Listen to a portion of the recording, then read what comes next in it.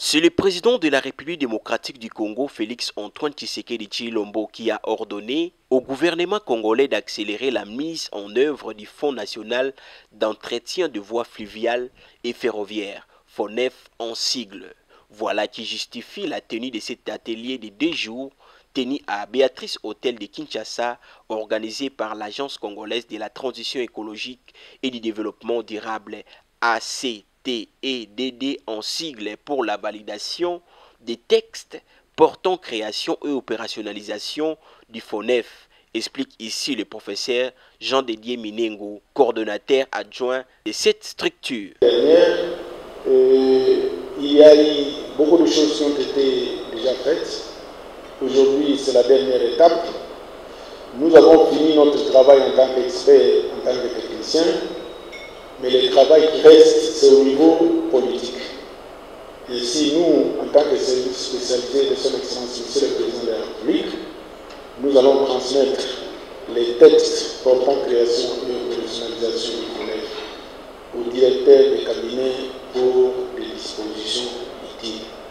Aussi, faut-il le rappeler, le FONEF a été déjà prévu dans le programme du gouvernement Samba Lukonde à la page 35.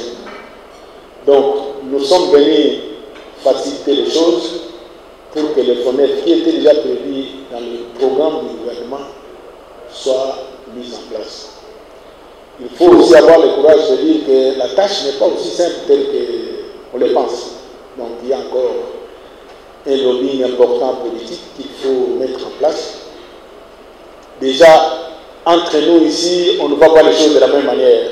Mais quand ça va arriver au niveau politique, avec beaucoup d'intérêt qui sera impliqué, les choses ne sont pas aussi simples. Mais nous y croyons, parce que le président de la République a déjà donné l'instruction au Premier ministre pour que le fonds d'entretien des voies fluviales et ferroviaires soit créé en République démocratique du Congo. Je tiens très particulièrement à remercier l'administration de notre pays qui nous a accompagnés depuis le début de tout ce processus. Aujourd'hui, nous sommes à la fin.